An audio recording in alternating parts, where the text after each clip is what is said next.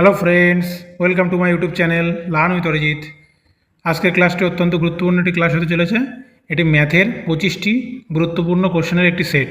ঠিক আছে, এটি সেট নাম্বার 6। এর আগে আরও 5টা সেট আমার ইউটিউব চ্যানেলে করানো আছে, তোমরা চাইলে দেখতে পারো।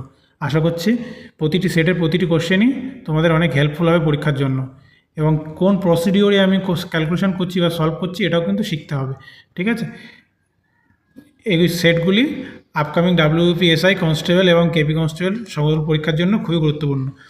তোমরা কি করবে, ভিডিওটা দেখার সময় ভিডিওটা পজ করে প্রতিটি কোশ্চেন তোমরা আগে নিজে সলভ করার চেষ্টা করবে, তারপর দেখবে আমি কীভাবে সলভ করলাম, তারপর উত্তরটা মিলিয়ে নেবে। ঠিক আছে, তোমরা যদি বেটারভাবে করতে পারো তোমরা সেইভাবে করবে, আর আমারটা দেখে যদি মনে হয় যে তোমাদের এটা হেল্পফুল, এটা পরীক্ষায় করলে সময় বাঁচবে, তাহলে এটাও করতে পারো। ঠিক আছে, তাহলে চলো দ্রুত শুরু করা যাক। ফার্স্ট কোশ্চেন কী আছে, সবচেয়ে বড় সংখ্যা কোনটি যার দ্বারা 456 ও 553কে ভাগ করলে ভাগশেষ হয় যথাক্রমে 6 এবং 3।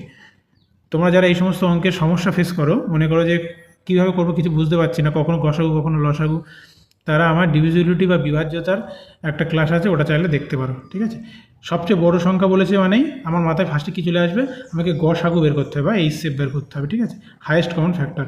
আর যদি বলতো সবথেকে ছোটো সংখ্যা এই জাতীয় যখন অঙ্ক থাকতো, তখনই আমাকে কী বের করতে হতো, এলসিএম বা লসাগু বের করতে হতো। ঠিক আছে, তাহলে এটা কী করে করব, আমাকে কী বের করতে হবে, এইচসিএফ বা গসাগু বের করতে হবে, গসাগু। ঠিক আছে, কার গসাগু বের করতে হবে, গসাগু অফ কার, 456 আর 553 কি না, কেন, কারণ 456-53কে ভাগ করলে ভাগশেষ তো 6 আর 3 থাকে, তাহলে এটাকে আগে বাদ দিয়ে নেবো, তারপর তার গসাগু বের করবো। মানে 456 - 6 এবং 553 - 3 এর গসাগু বের করবো। ঠিক আছে, তাহলে এইচসিএফ অফ কী হবে, 450 আর 550। এবার এদের এইচসিএফ বের করো। এদের মধ্যে কমন কোন কোন ফ্যাক্টর আছে সেগুলো বের করে নাও। 10 তো সবার মধ্যে আছেই, আর 45 মানে কত, এটা 5 × 9, তাই তো, আর 55 মানে কত, 5 × 11, তাহলে 9 আর 11 কোপ্রাইম নাম্বার, এটা হবে না, তাহলে 10 × 5 এটা হলো কমন নাম্বার। তার মানে এইচসিএফ কত এদের, 50, বা গসাগু কত, 50, তাহলে অ্যান্সার হবে কি 50। বুঝা গেল। নেক্সট কোশ্চেন, একটি ব্যাগে 550 টাকার মধ্যে 50 পয়সা, 25 পয়সা ও 20 পয়সার মুদ্রা 2:3:5 অনুপাতে রয়েছে সংখ্যাটা। ঠিক আছে, তাহলে 50 পয়সা 20 পয়সার মুদ্রার মোট মূল্যের পার্থক্য কত হবে। বোঝা গেল। তাহলে 50 পয়সা মানে কত টাকা, হাফ টাকা, 1 টাকার অর্ধেক তো, হাফ টাকা। 1/25 পয়সা মানে কত, 1/4 টাকা, আর 20 পয়সা মানে কত, 1/5 টাকা। তাহলে আমি যদি ধরে নিই এরা 2x, 3x এবং 5x এই সংখ্যায় আছে, তাহলে কি হবে, তাহলে 2xটা 50 পয়সা, তাহলে তার মূল্য কত, 2x × হাফ। 2x পিস যদি 50 পয়সা থাকে তার মূল্য কত, 2x × হাফ, প্লাস 3xটা 25 পয়সা, তার মূল্য কত, এত, প্লাস 5x পিস 20 পয়সা, তার মূল্য কত। এবার এই মূল্যটা কত বলেছে, 550 টাকা। এটা সিম্পলিফাই করো, 2 কাটলে 5 কাটলে, তাহলে এখানে একটা x এখানে একটা x যুক্ত হয়ে গেল 2x, আর এখানে কি আছে 3x/4, তাই তো, এটার ভ্যালু কত, 550। এটা সিম্পলিফাই করলে কত হবে, 4 × 2 = 8 আর 3 = 11, মানে 11x/4 হলো 550। ঠিক আছে, তাহলে x এর ভ্যালু কত, 11 দিয়ে কাটলে 50, আর 4 × 50 করলে 200, তাহলে x এর ভ্যালু কত, 200। তাহলে বলতে পারবো 50 পয়সা কত আছে, 2x, মানে 2 × 200 400, 25 পয়সা 3x, 3 × 200 600, আর 20 পয়সা 5x, মানে 5 × 200 1000। এবার কি বলেছে, তাহলে 50 পয়সা ও 20 পয়সার মোট মুদ্রার মোট মূল্যের পার্থক্য কত। ঠিক আছে, ওদের ভ্যালুর পার্থক্য বার করতে বলেছে। ঠিক আছে, করো। তাহলে 50 পয়সা কত আছে, 2xটা মানে কত, 2 × x এর ভ্যালু কত, 200, আর একটা 50 পয়সার ভ্যালু কত, হাফ টাকা × হাফ, তাহলে হয়ে গেল 50 পয়সার মূল্য। আর 20 পয়সার মূল্য কী করে বের করবো, ডিফারেন্স অফ 20 পয়সা কী করে বের করবো, 20 পয়সা আছে কত, 5x, তাহলে 5 × 200, আর 20 পয়সার ভ্যালু কত, 1/5 টাকা, তাহলে 1/5 দিয়ে গুণ করে দেবো, 2 দিয়ে কাটলে 5 দিয়ে কাটলে, তাহলে 200, ডিফারেন্স অফ 200, মানে 200 - 200 মানে কত, 0। তাহলে কি বলতে পারবো যে 50 পয়সা 20 পয়সার মুদ্রার মূল্যের পার্থক্য কত, 0 টাকা। ঠিক আছে, আশা করছি এই পর্যন্ত বুঝতে পেরেছো। নেক্সট দেখো এখানে কি বলেছে, দুটি মিশ্রণে যথাক্রমে 6:5 এবং 7:4 অনুপাতে দুধ ও জল রয়েছে, কোন অনুপাতে তাদের মিশ্রিত করতে হবে যাতে মিশ্রণের অনুপাত 7:5 হয়। তাহলে মনে করো এটা একটা পাত্র, এখানে মিল্ক ইস টু ওয়াটার কত অনুপাতে আছে, 6:5 অনুপাতে, আর মনে করো এখানে একটা পাত্র, এখানে মিল্ক ইস টু ওয়াটার কত অনুপাতে আছে, 7:4 অনুপাতে মিল্ক ইস টু ওয়াটার। এবার কী করা হয়েছে, এর থেকে কিছুটা নেওয়া হয়েছে, এর থেকে কিছুটা নেওয়া হয়েছে, একটা নতুন পাত্রে ঢালা হয়েছে, সেখানে মিল্ক ইস টু ওয়াটার কত আছে, 7:5। বোঝা গেল? এবার সেটাই বের করতে হবে যে কোন অনুপাতে এই পরিমাণ আর এই পরিমাণটা নেওয়া হয়েছে, সেটা বার করতে। অ্যালিগেশন পদ্ধতিতে করতে পারো, খুব সহজ। ঠিক আছে, যে কোনো একটা ভাগার নিয়ে নাও, এখানে টোটাল কত ইউনিট আছে 11, এখানে টোটাল কত ইউনিট আছে 11, তাহলে এখানে দুধের ভাগার কত 6/11, আর এই মিশ্রণে দুধের ভাগার কত 7/11। আর আলটিমেটলি আমার যে ফাইনাল মিশ্রণটা হলো সেখানে দুধের ভাগার কত, তলায় কত হবে 12 টোটাল, আর ওপরে 7। ঠিক আছে, এবার অ্যালিগেশন যেভাবে করে সেভাবে করা হয়ে যাবে। ঠিক আছে, এটা একটু সিম্পলিফাই করার জন্য কি করা যায়, এই হরে যে এলসিএম, হরে যে সংখ্যাগুলো থাকে তার এলসিএম দিয়ে গুণ করে দিতে হয়। মানে 11 আর 12 এলসিএম করলে কত হয়, লসাগু করলে কত হয়, 11 × 12ই হবে। তাহলে এটাকে যদি আমি 11 × 12 দিয়ে গুণ করি, আবার এটাকেও যদি আমি 11 × 12 দিয়ে গুণ করি, এলসিএম দিয়ে গুণ করে দিতে হয়। ঠিক আছে, তাহলে কী হবে, 11 কেটে যাবে, তাহলে আলটিমেটলি কী হবে, এটা সিম্পলিফাই করলে 6 × 72, আর এটা কত হবে, 11 কেটে গেলে 7 × 84, এখানে 12 কেটে যাবে, তাহলে 7 × 11 = 77। তাহলে ভগ্নাংশের যোগ বিয়োগ করার থেকে আমার এটাও যোগ বিয়োগ করতে সুবিধা, তাই না? তাহলে 77 72, এটা কত 5, আর এটা কত 4 × 3 = 7, তাই তো? তাহলে এই হলো আমার অনুপাত, 7:5 অনুপাতে মেশাতে হবে। বুঝা গেল? অপশন নম্বর হবে কারেক্ট। নেক্সট কোশ্চেন কী বলা আছে, যদি 953xy0 সংখ্যাটি 3 এবং 11y দ্বারা বিভাজ্য হয়, তাহলে x ও y এর মান কত হবে? ঠিক আছে, করো, একদম সহজ।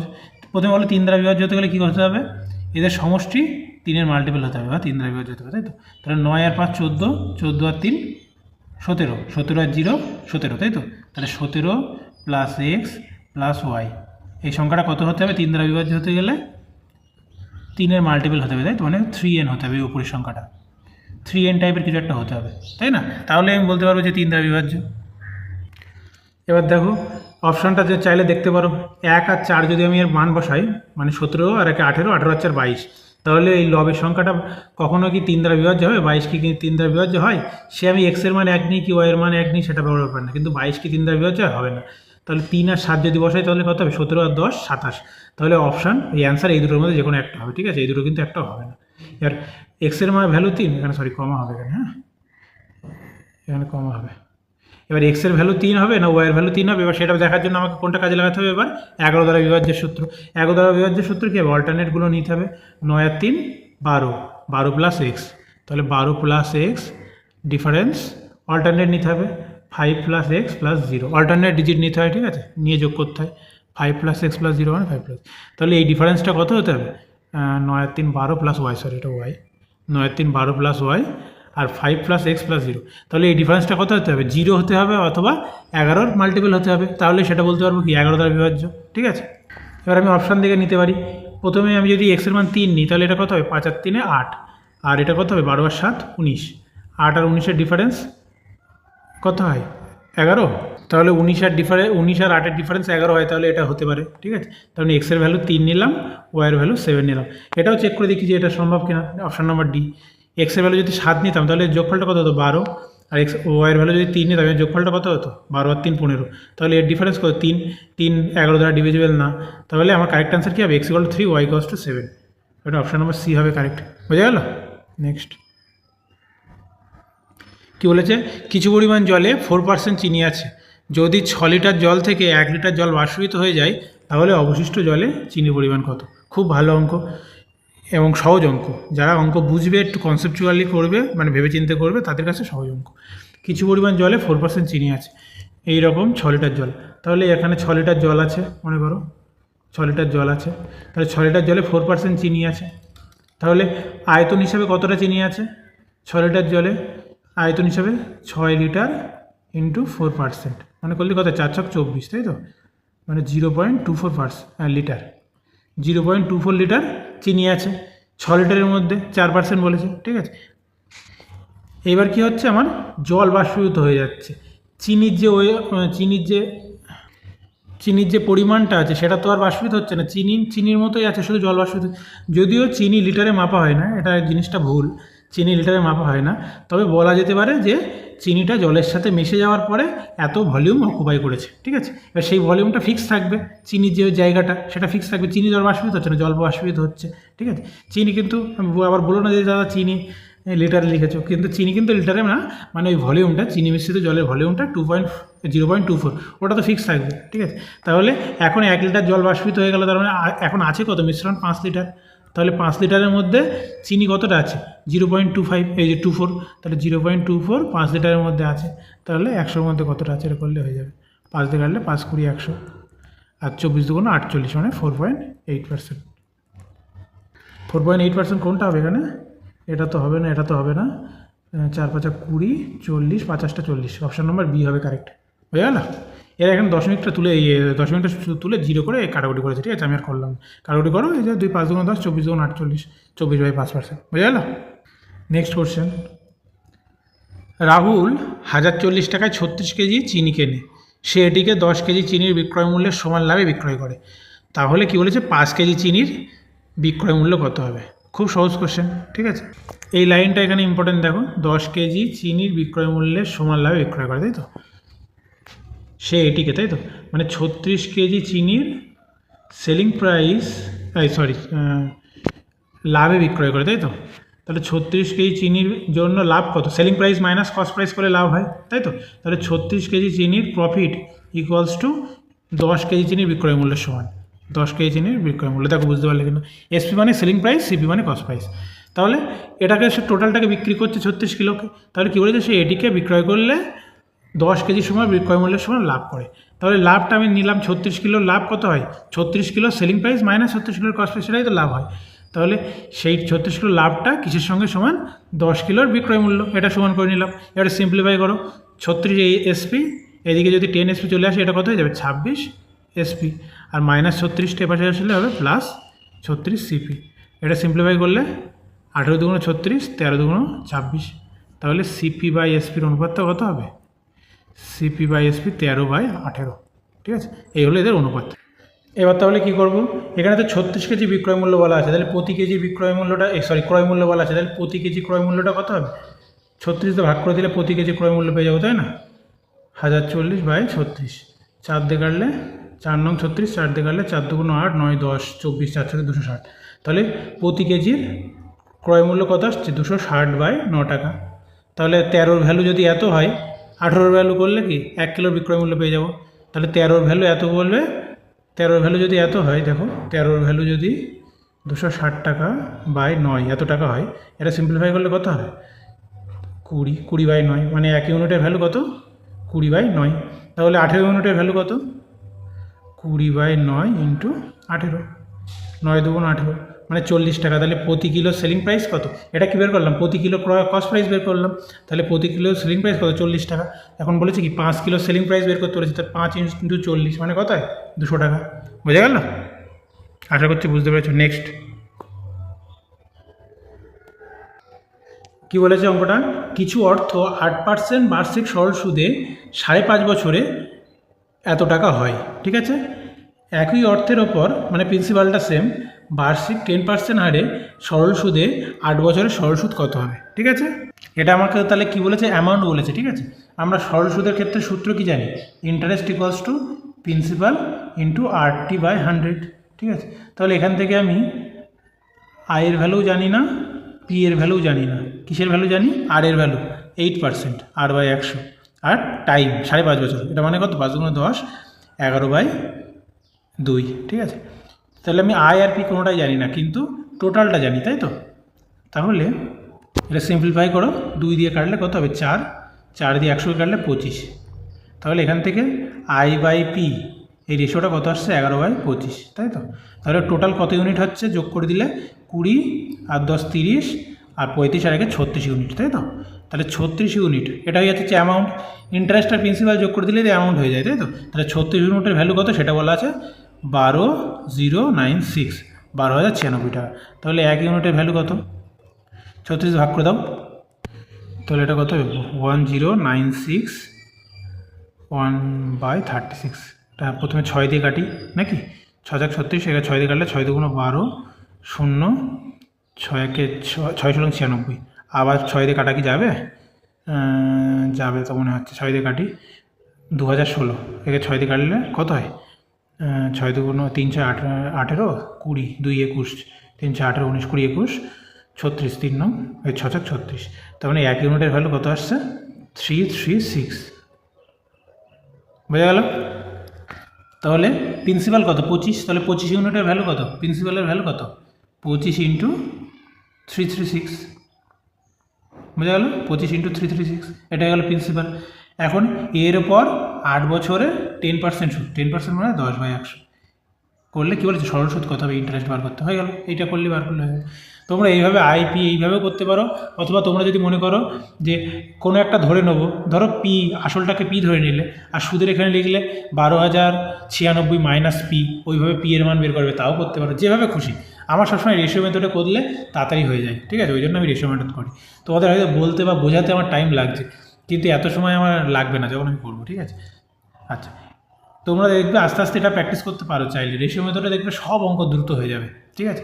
এটা অ্যাডাপ্ট করার চেষ্টা করতে পারো, ঠিক আছে? ইন্টারেস্টটা বার করো, এটা সিম্পলিফাই করো। 25 দিয়ে কাটলে 4 25 100, 4 দিয়ে কাটলে 4 8 32, 1 16, 4 4 16, ঠিক আছে? তাহলে 84 ইন্টু 8, তাই তো? 4 8 32, 2 হাতে 3, 8 8 64, 67। তার মানে 67 20 আছে অপশানে, হ্যাঁ এই তো আছে, অপশান নম্বর ডি, এটা হবে কারেক্ট আনসার। বোঝা গেল? নেক্সট কী আছে? 20,000 টাকার 4% বার্ষিক সুদে 9 মাসের যৌগিক সুদ কত হবে?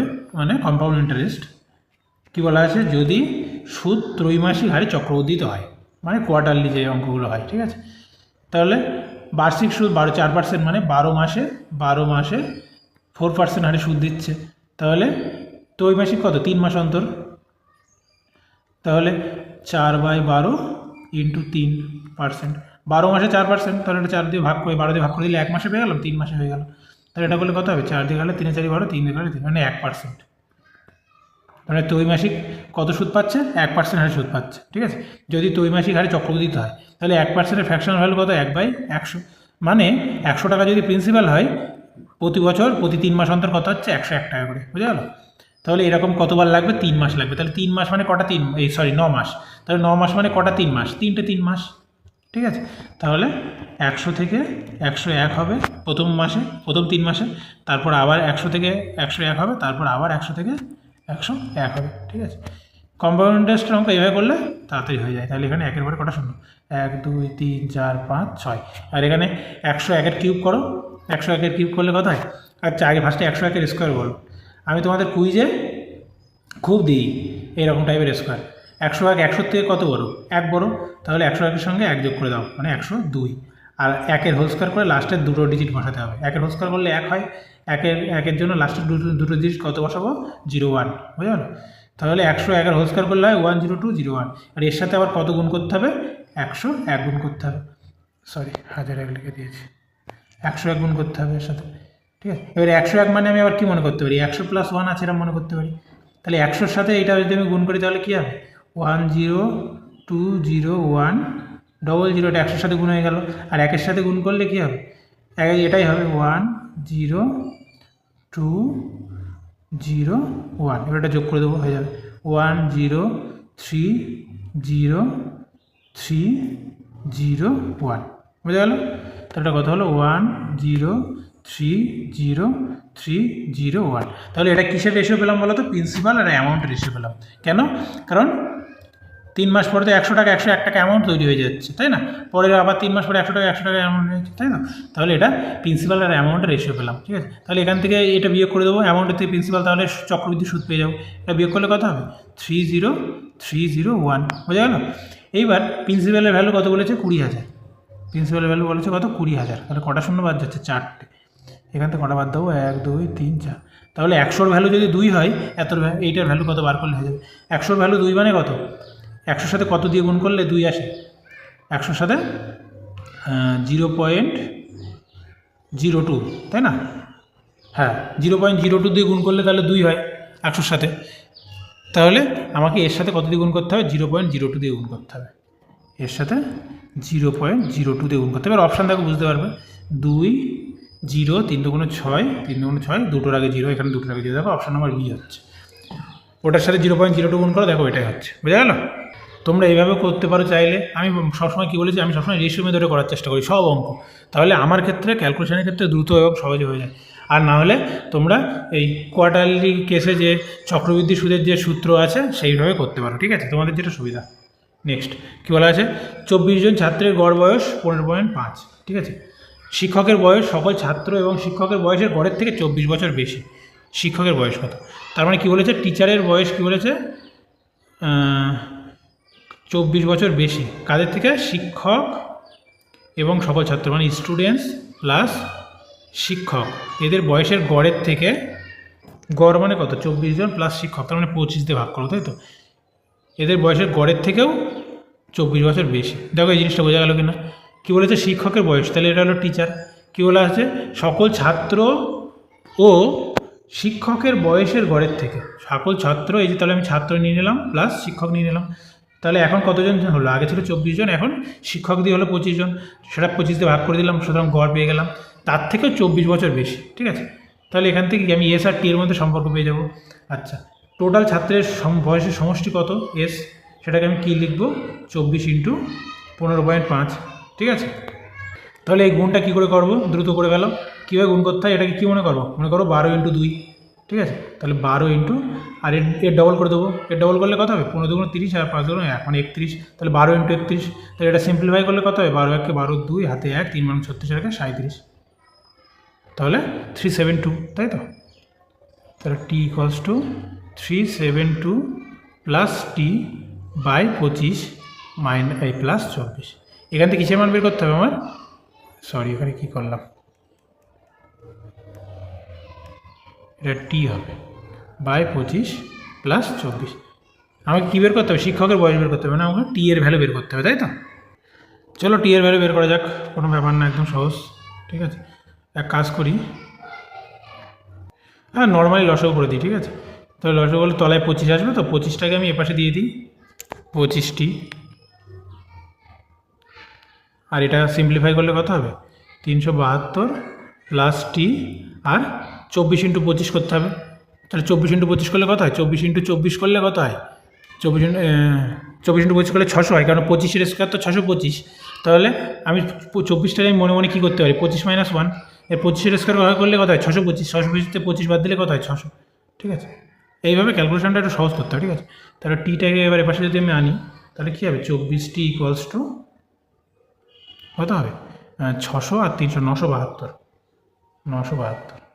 এটা সিম্পলিফাই করলে হয়ে যাবে, ঠিক আছে। ছোটো ছোটো করে কাটি, তাই না, আগে 4 দিয়ে কাটি, 4 × 6 = 24, 4 দিয়ে কাটলে 4 × 2 = 8, 1 = 17, 4 × 4 = 16, 1 12, 3 × 4 = 12, তাহলে 243/6, এটা করলে কত হবে, 4 × 6 = 24, ঠিক আছে, বা 40 দিয়ে গুণ করলে 240, 30, তাই তো, 5 × 6 = 30, মানে 40.5, অপশানে আছে, অপশান নম্বর বি হবে কারেক্ট, বোঝা গেল। আশা করছি বুঝতে পারছো। নেক্সট কোশ্চেন, পরের কোশ্চেন কী আছে, রামু এক্স থেকে ওয়াই যায় 10 কিলোমিটার/ঘন্টা, ওয়াই থেকে জেড যায় 15 কিলোমিটার/ঘন্টা এবং জেড থেকে ডাব্লিউ যায় 20 কিলোমিটার/ঘন্টা বেগে। যদি ডিস্টেন্স সমান হয় তাহলে যাত্রাতে গড় বেগ কত, একদম সহজ অঙ্ক। এক্স ওয়াই জেড ডাব্লিউ, এটা এক্স, এটা ওয়াই, এটা জেড, এটা ডাব্লিউ, টোটালটা মনে করো ডি ডি ডি, ঠিক আছে। তার টোটাল ডিস্টেন্স সমান, শুধু বেগ আলাদা, গড় বেগ বের করতে বলেছে। তাহলে গড় বেগ মানে কি, বা বেগ মানে কি, টোটাল অতিক্রান্ত দূরত্ব বাই টোটাল অতিক্রান্ত টাইম, এই টোটাল, হ্যাঁ যে সময়টা লাগছে, তাহলে টোটাল ডিস্টেন্স যাচ্ছে কত, ডি ডি ডি মানে 3D বাই, তাহলে এবার টাইম লাগছে কত, প্রথম ডিস্টেন্স ডি দূরত্ব যাচ্ছে কত বেগে, 10, তাহলে এটা টাইম বের করছে, দূরত্ব বাই বেগ। পরের দূরত্ব ডি দূরত্ব যাচ্ছে কত বেগে, 15, পরেরটা যাচ্ছে ডি বাই 20। এটা সিম্পলিফাই করবে, দেখবে ডি কেটে যাবে, অ্যান্সার চলে আসবে, ঠিক আছে। অ্যান্সার করে তোমরা কমেন্টে জানিও। আরও একভাবে করা যায়, এটা কীভাবে করা যায়, যে 3টে বেগ আছে, 3টে বেগের এলসিএম নিয়ে নেবো, এলসিএমটাকে ডিস্টেন্স নিয়ে নেবো। 3টে বেগের এলসিএম করলে কত হয়, 10, 15 আর 20, 20-র মাল্টিপল হবে, সবসময় বড় জিনিসের মাল্টিপল হয়, 20 × 2 = 40, 40 15 ভাগ যায় না, 3 × 20 = 60 হবে। তাহলে আমি যদি ডি এর ভ্যালু 60 নিয়ে নিই, প্রতিটা 60 60 60 করে নিয়ে নিই, তাহলে আমি এখান থেকে বেগ, অ্যাভারেজ বেগ কী বলতে পারবো, 3 × 60 বাই 60 দিয়ে ভাগ করতে সুবিধা হবে, এলসিএম মানে কি ভাগ করতে সুবিধা হবে, এই জন্য নিলাম। 60/10 করলে 6, প্লাস 60/15 করলে 4×15 60 প্লাস 60/20 করলে 3×20 60। তাহলে 3 × 60 ওপরে তো থাকছেই, আর নিচে কত হচ্ছে 6 × 10 = 3 13। দেখো সবকটার তলায় 13 আছেই। তাহলে 180/13, ঠিক আছে। করে বলবে কোনটা অ্যান্সার হবে, মাথা চালাতে হবে, একটু হাত চালাতে হবে, ঠিক আছে। পরের কোশ্চেন কী আছে, এ বি এর থেকে দ্বিগুণ কর্মদক্ষ, তাহলে এফিসিয়েন্সি বি এর থেকে দ্বিগুণ, তাহলে বি যদি 1 হয় এর হলো 2। সি বি এর থেকে 3 গুণ কর্মদক্ষ, সি বি এর থেকে, তাহলে বি যদি 1 হয় সি হলো 3, তাহলে A/B/C তো পেয়েই গেলাম, A2 B1 C3, ঠিক আছে। এবার কী বলছে, তারা একসাথে কাজ করলে একত্রে কাজটি 5 দিনে করতে পারে। তাহলে টোটাল একসাথে কত ইউনিট কাজ করছে একদিনে, 3 আর 2 5 আর 1 6, তাহলে 6 ইউনিট টোটাল কাজ করছে কত দিনে করতে পারছে, 5 দিনে। তাহলে টোটাল কাজের পরিমাণ পেয়ে গেলাম আমি 30 ইউনিট টোটাল কাজ। এর কী বলেছে, এ এবং সি একসাথে কাজ শুরু করে, তাহলে এ আর সি এর এফিসিয়েন্সি কত, 3 আর 2 5, কদিন কাজ করে, 5 দিন কাজ করে, তাহলে 5 5 25 ইউনিট কাজ হয়ে গেছে, ঠিক আছে। এবার কী বলেছে, বি বাকি কাজ কতদিনে শেষ করবে, তাহলে টোটাল কাজ আমি এখানে কত বের করলাম, 30 ইউনিট, 25 ইউনিট কাজ হয়ে গেছে, তাহলে রিমেইনিং কাজ কত, 5 ইউনিট, ঠিক আছে। তাহলে বি এর এফিসিয়েন্সি কত, 1, তাহলে 5 ইউনিট কাজ 1 এফিসিয়েন্সি দিয়ে ভাগ করে দেবো, কদিনে করবে, 5 দিনে করবে। তাহলে বি এর আর কদিন সময় লাগবে কাজটা করতে, 5 দিন সময় লাগবে, একদম সহজ অঙ্ক। নেক্সট, যদি 3x + y = 12 xy = 9 হয়, তাহলে এটার ভ্যালু কত। 4AB সূত্র কে কে জানে, 4AB সূত্র আশা করছি সবাই জানা তো উচিতই, a - b তার হোল স্কয়ার। তাহলে আমাকে বের করতে হবে কি, a - b তার হোল স্কয়ার বা a - b বের করতে হবে। তাহলে আমি কি লিখতে পারি এখান থেকে, 3x - y তার হোল স্কয়ার ইকুয়ালস টু কী হবে, বা এই সূত্র থেকে কী লিখতে পারি, a - b তার হোল স্কয়ার ইকুয়ালস টু কী হবে, এটা যদি আমি এ পাশে নিয়ে আসি তাহলে 4ab এ পাশে চলে যাবে, তাই তো, মানে a + b তার হোল স্কয়ার হবে, মানে 3x + y তার হোল স্কয়ার তো হবেই, -4ab হবে, -4, এর ভ্যালু কত 3x আর b এর ভ্যালু কত y, বোঝা গেল। এবার দেখো এর ভ্যালু তো দেওয়াই আছে, এর ভ্যালু কত 12, 12 এর স্কয়ার 144, এখানে কত হবে 12 × x এর ভ্যালু কত 9, 9 12 108, 108 থেকে 144 বাদ দিলে কত থাকে 36। তাহলে 3x - y তার হোল স্কয়ারের ভ্যালু 36, তাহলে স্কোয়ার যদি তুলে দিই তাহলে কত হবে, √36 মানে 6 হবে, কারেক্ট, বোঝা গেল, আশা করছি বুঝতে পেরেছো। নেক্সট, একটি বৃত্তের AB এবং CD দুটি ব্যাস, তাহলে এটি একটি বৃত্ত, AB আর CD দুটি ব্যাস যারা একে অপরের লম্ব, আচ্ছা, তাহলে এটাও একটা ব্যাস, এটাও একটা ব্যাস, ব্যাস মানে কি, এই যেটা কেন্দ্র বরাবর যাবে ম্যাক্সিমাম যে যায় সেটাকে বলা হয় ব্যাস। তাহলে AB আর CD, ঠিক আছে। এবার কী বলেছে, AC যায় দৈর্ঘ্য কত, এবার এই দৈর্ঘ্যটা বার করতে বলেছে। এবার বলো দুটোই যেহেতু ব্যাস, দুটোর দৈর্ঘ্যই সমান, AB যা CDও তাই, তাহলে AB = CD = আমি x ধরে নিতে পারি, ঠিক আছে। তাহলে টোটালটা যদি x হয়, তাহলে এটা যদি ও যদি সেন্টার হয়, তাহলে এটা ভ্যালু কত x/2, এটার ভ্যালু কত x/2। এবার কী বলেছে, ব্যাস দুটো পরস্পরের সঙ্গে লম্ব, তাহলে এটা কত 90 ডিগ্রি। এর পিথাগোরাসের উপপাদ্যের সাহায্যে আমরা অতিভুজ বের করলে হয়ে যাবে। তাহলে AC² = কী হবে, AC² = লম্ব স্কোয়ার মানে x/2 তার হোল স্কোয়ার প্লাস x/2 তার হোল স্কোয়ার, তাহলে এটা করলে কত হবে 2 × x²/4। তাহলে এবার এসির ভ্যালু বের করলে কী হবে, এটা রুটটা তুলে দিতে হবে, এই পাশে স্কোয়ারটা ও পাশে রুট করে দিতে হবে, তাই তো, মানে এটা করলে 2, তাই তো, তাহলে x²/2 তার বর্গমূল মানে x/√2, এইটা হয়ে যাবে অ্যান্সার। এবার x মানে কি, AB বা CD যে কোনো একটা, যেটা আসবে সেটা বসিয়ে দেবো, তাহলে অপশন নম্বর বি হবে কারেক্ট, AB/√2, এক্সের ভ্যালু কত AB, বা ABর মান তো x, ঠিক আছে, তাহলে হবে AB/√2। আশা করছি বুঝতে পেরেছো। নেক্সট কী বলা আছে, 14 সেমি ব্যাসার্ধ বিশিষ্ট একটি বৃত্তের ক্ষেত্রের বা সেক্টরের ক্ষেত্রফল কত হবে, যার কেন্দ্রীয় কোণ এত। মনে করো এটা একটা বৃত্তের ব্যাসার্ধ বলে দিয়েছে কত 14 সেমি, ঠিক আছে, আর একটা সেক্টর বলেছে যার কেন্দ্রীয় কোণ কত 45 ডিগ্রি। মনে করো এটা ও, আর এই ব্যাসার্ধটা কত 14 সেমি, এটাও 14 সেমি, এটাও 14 সেমি, এর ক্ষেত্রফল বার করতে বলেছে, এই এরিয়াটুকুর ক্ষেত্রফল বার করতে বলেছে। খুব সহজ, বৃত্তের ক্ষেত্রফলের সূত্র কি, πr²। তাহলে যখন পুরো বৃত্ত হয় তখন এটা কত ডিগ্রি হয়, ক্ষেত্রটা 360 ডিগ্রি, তাহলে 360 ডিগ্রির ভ্যালু হলো πr²। আমাকে কিসের ভ্যালু বের করতে হবে, 45 ডিগ্রির ভ্যালু বের করতে হবে, ব্যাস হয়ে গেল, আর কিছু না, এর মান বসিয়ে দেবো। পাই মানে কত 22/7, আর মানে কত, আর মানে 14 সেমি, তার মানে 14², আর 45 360 কাটো কত হবে, 9 দিয়ে কাটলে 5 9 45, 9 দিয়ে কাটলে 40, আবার 5 দিয়ে 40কে কাটলে 8, তাহলে 8 তলায় তাহলে এবার এটা সিম্পলিফাই করা হয়ে যাবে 7 দুগুণ 14, 2 দিয়ে কাটলে 4 দুগুণ 8, আবার এর 4 মানে কত, দুটো 2, একটা 2 দিয়ে এখানে 7 দিয়ে কাটলাম, একটা 2 দিয়ে এখানে 11 কাটলাম, মানে 7 11 77 হবে অ্যান্সার। বোঝা গেল? আশা করছি বুঝতে পেরেছো। নেক্সট কী বলা আছে, যদি 3 tan x = এত হয় তাহলে x একটি সূক্ষ্মকোণ, না যেখানে x একটি সূক্ষ্মকোণ তাহলে এটার ভ্যালু কত। খুব সহজ অঙ্ক। 3 tan এর ভ্যালু কত, sine by cos into 2√3 into sine, sine কেটে গেল, তাহলে কস = কত হবে, 3/2√3। ঠিক আছে, এটা ভ্যালু কত হবে, 3 মানে কত, √3 ইন্টু √3, দুটো √3 গুণ করলে তো একটা 3 হয়, মানে √3 দিয়ে যদি আমি 3কে কাটলি তাই আলটিমেটলি কী হবে, √3/2। তাহলে cos x = কত, √3/2 বেরোলো। √3/2 কজের কিসের মান, ঠিক আছে, এটা হলো cos 30 মান, cos 30। ঠিক আছে, তাহলে এখান থেকে কী বলতে পারবো, এক্সের ভ্যালু কত, 30 ডিগ্রি। যেহেতু এক্স সূক্ষ্মকোণ সুতরাং আমি 30 নিলাম। বুঝা গেল? যদি এক্স কিছু বলা না থাকতো তাহলে কিন্তু শুধু যে 30-র জন্যই √3/2 হবে তা না, আরও অনেক মানের জন্য হতে পারে। বুঝা গেল? এবার মানটা বসিয়ে দাও, 2 ইন্টু সাইন 30, সাইন 30 মানে কত, হাফ, 2 ইন্টু হাফের square, minus 3 into cos square 3x, তাহলে আগে cos 3x-এর ভ্যালু কত, 3x মানে কত, 3 3 9 90, তাই তো? তাহলে cos 90-র ভ্যালু কত, cos 90 0, তাহলে এটা 0-এর স্কোয়ার বসিয়ে দিলাম। ঠিক আছে, তখন এটা তো আলটিমেটলি কেটেই গেল, এই পাশেরটা বাদ যাবে, তাহলে এটা হলো 2 ইন্টু হাফের স্কোয়ার মানে 2 ইন্টু 1/4 মানে হাফ, তাহলে কারেক্ট আনসার কী হবে, হাফ। বোঝা গেল? নেক্সট কোশ্চেন আসা যাক। পরের কোশ্চেন কী বলেছে, এ বি সি একটি যৌথ ব্যবসায় 4:5:6 অনুপাতে টাকা বিনিয়োগ করে।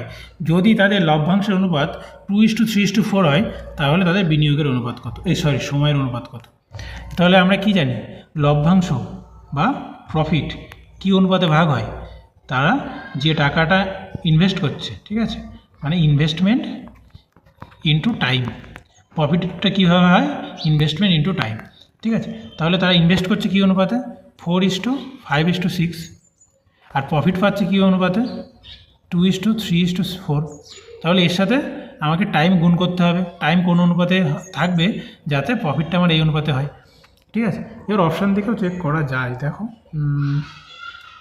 এখানে 5 আছে মাঝখানে, এখানে 3 আসছে, তাহলে এখানে এমন কিছু একটা গুণ করা হচ্ছে মাঝখানে, এটা যেটা 3-এর মাল্টিপেল না, এটা তো আসতে পারে না, 16 3-এর মাল্টিপেল না, 20 3-এর মাল্টিপেল না, এ আর ডি এর মধ্যে যে কোনো একটা হবে। ঠিক আছে, আবার এখানে 19 আছে অপশানে। ঠিক আছে, তাহলে এখানে যদি 19 দিই, এখানে কিছু, এখানে তো 4-এর মধ্যে তো 19 নেই, সুতরাং এখানে যদি 19 দিই সেই 19টা তো থেকেই যাবে কাটাকুটি করলে, তাই না?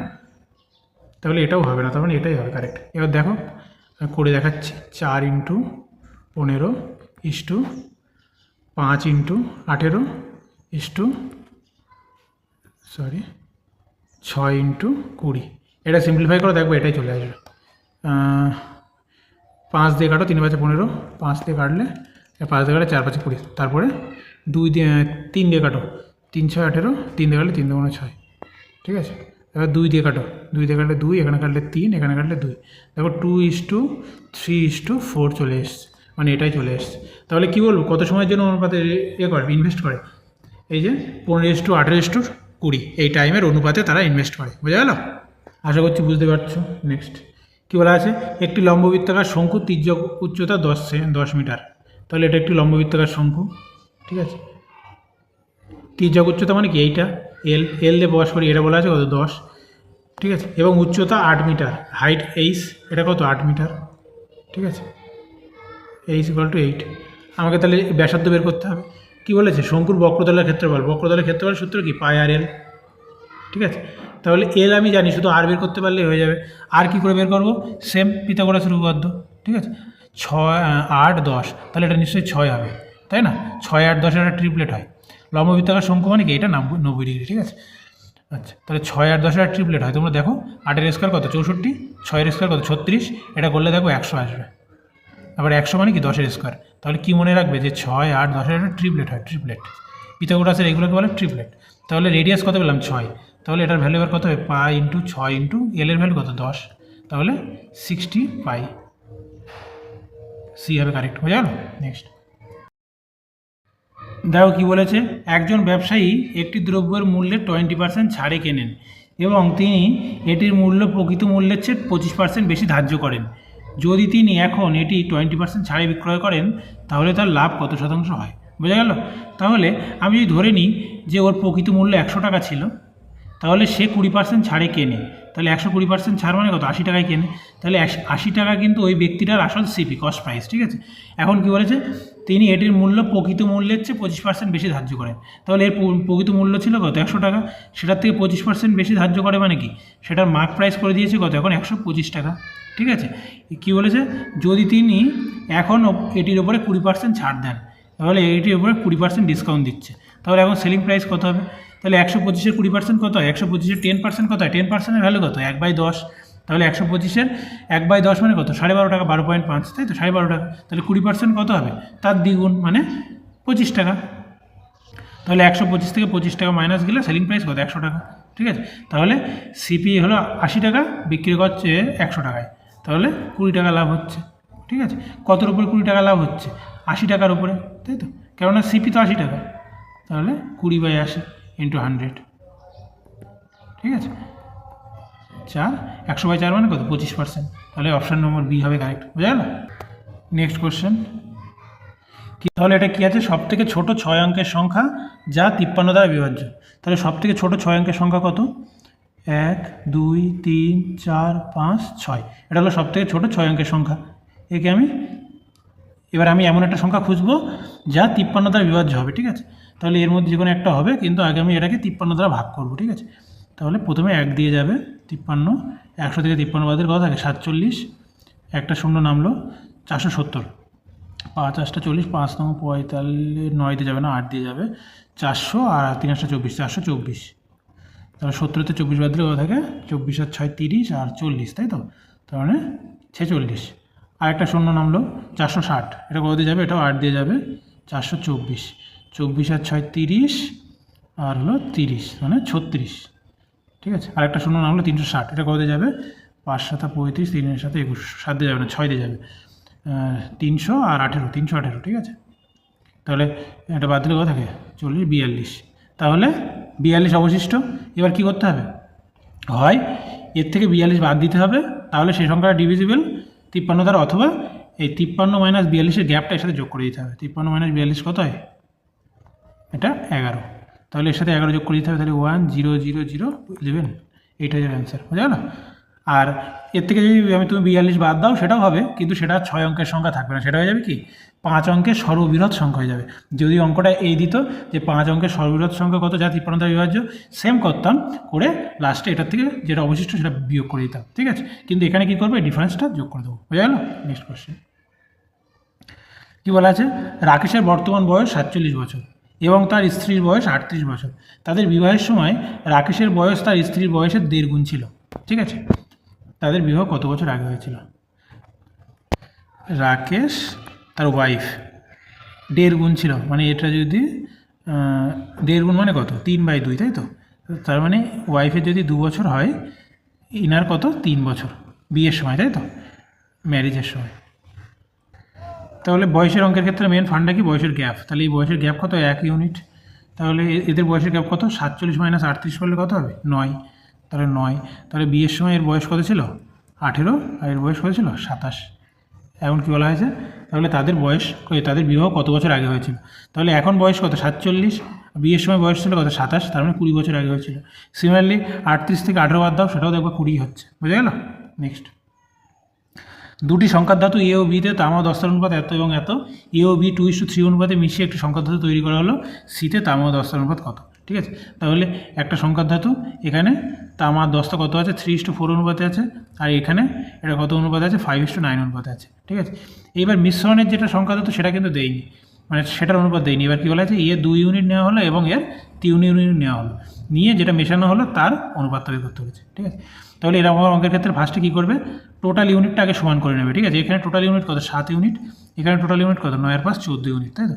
তাহলে অনুপাতটা আগে এই টোটাল ইউনিটটা সমান করে নেবে, মানে পরিমাণটা সেম করে নিতে বলছি, ঠিক আছে? তাহলে এটা সেম করার জন্য কী করতে হবে, এখানে 2 দিয়ে গুণ করতে হবে, তাহলে এটার অনুপাতটা কত হয়ে যাবে, 6:8।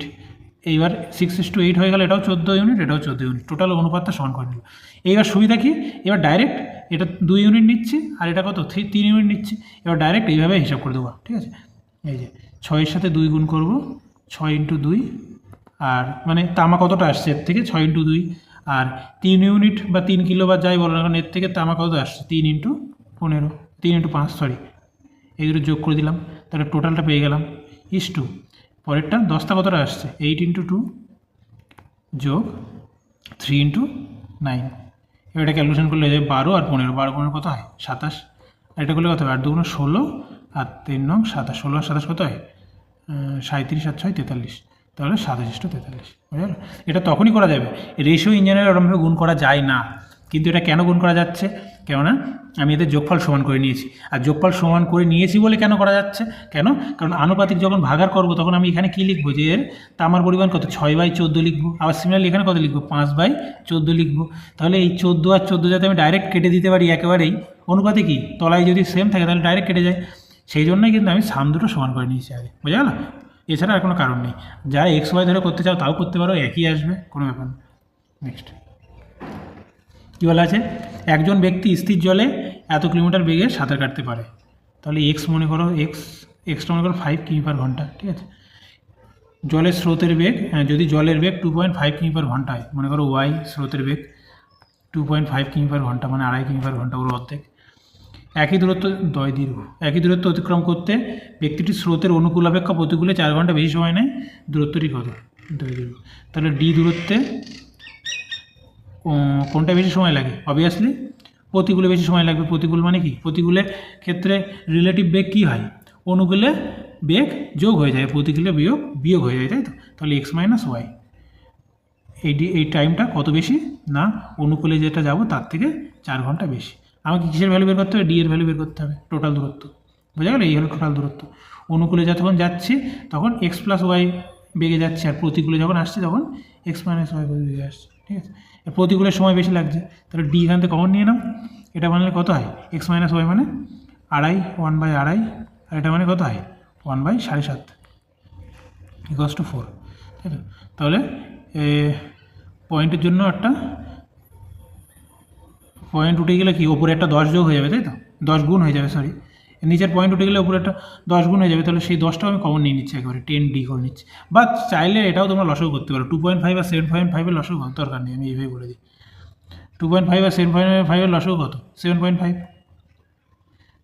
তাহলে 75 মানে 3 গুণ মাইনাস 1 গুণ এটা মানে কত 4 তাহলে এটা মানে কত হবে 2D/7.5 = 4 তাই তো তাহলে D = কত 4 × 7.5/2 2 দিয়ে 4কে কাটলে 2 তাহলে 7.5 ডবল কত 15 তাহলে অ্যান্সার হবে কত 15 কিলোমিটার বোঝা গেল তাহলে ওই দূরত্বটা কত 15 কিলোমিটার নেক্সট কী আছে এই সংখ্যাটি কী দ্বারা বিভাজ্য খুব সহজ কত করবো 4⁻61 কমন নিয়ে নেবো 61 কমন নিলে এখানে কত থাকে 1 থাকে এখানে কত থাকে একটা 4 থাকে কেন কারণ এগুলো তোমরা জানো a⁴m+n মানে কি a⁴m × a⁴n বুঝা গেল তাহলে 62 মানে আমি কী লিখতে পারি 4⁻61 + 1 তাই তো তাহলে 4⁻61 × 4⁻1 তাহলে 4⁻61 কমন নিলে শুধু 4⁻1 পড়ে থাকে আর এখানে 1 মানে কি আলটিমেটলি 4⁻0 পড়ে আছে ওটা মানেই 1 সিমিলারলি 4⁻61 কমন নিলে এখানে কত থাকে 61 আর কত যোগ করলে 63 হয়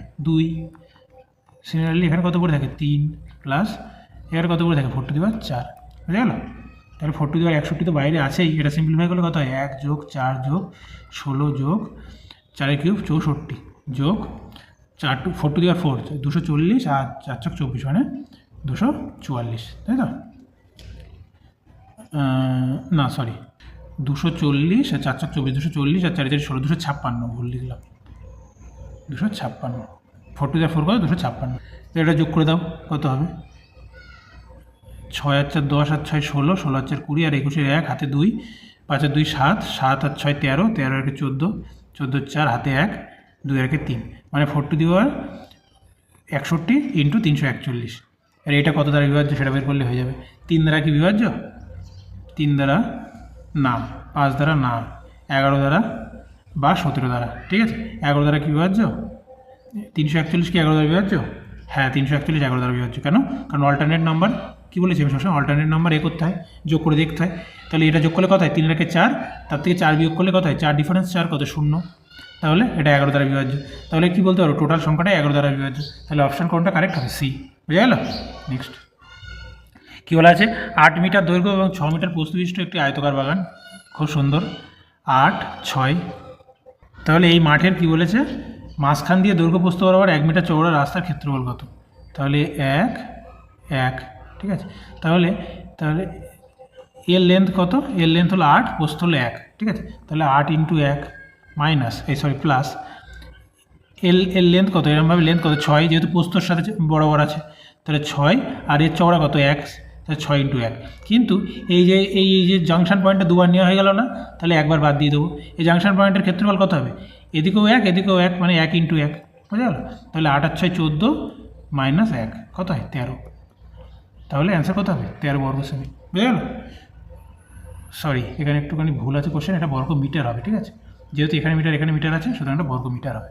এটাও 1 মিটারই আছে, ঠিক আছে, বর্গ মিটার।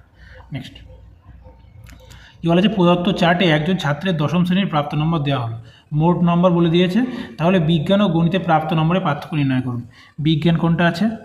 বিজ্ঞান মানে সায়েন্স, তাহলে 82 ডিগ্রি, আর গণিত 84 ডিগ্রি, তাই তো? বিজ্ঞান আর তাহলে 2 ডিগ্রি ভ্যালু আমার বের করতে হবে, তাহলে হয়ে যাবে। তাহলে এই টোটালটা কত? 360 ডিগ্রি, তাই তো? তাহলে 360 ডিগ্রির ভ্যালু কত বলা আছে? 1800। 2 ডিগ্রির ভ্যালু কত বের করলে হয়ে গেল? সহজ অঙ্ক একদম। 0 দিয়ে 0 কাটলে 18 দিয়ে কাটলে 10, এটা 18 দিয়ে কাটলে 36, 2, তাই তো? 2 2 কাটা মানে 10 নম্বর, সরি মানে 10 নম্বরের পার্থক্য। তাহলে অ্যান্সার 10, বুঝে গেল? আশা করছি বুঝতে পেরেছ। শেষ। সকলে থ্যাংক ইউ ক্লাসটি শেষ পর্যন্ত দেখার জন্য।